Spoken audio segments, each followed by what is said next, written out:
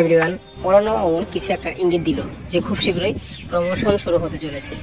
সে তার ফেসবুক স্ট্যাটাসে লেখেন যে এটাই twinkle twinkle little star Dhulu Mia mega star. এর মানে কি বোঝাতে যাচ্ছেন?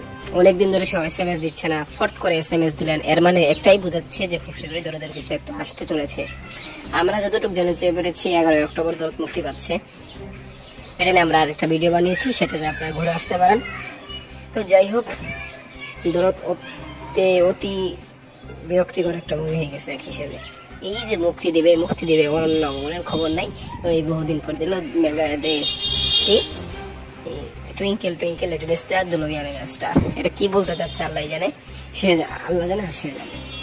যাই হোক, আমার মনে হয় যে খুব শীঘ্রই দরদের প্রমোশন শুরু হতে চলেছে এবং সেন্সর বোর্ড ছাড়পত্র বা পত্রই তারিখ জানাই দেবে।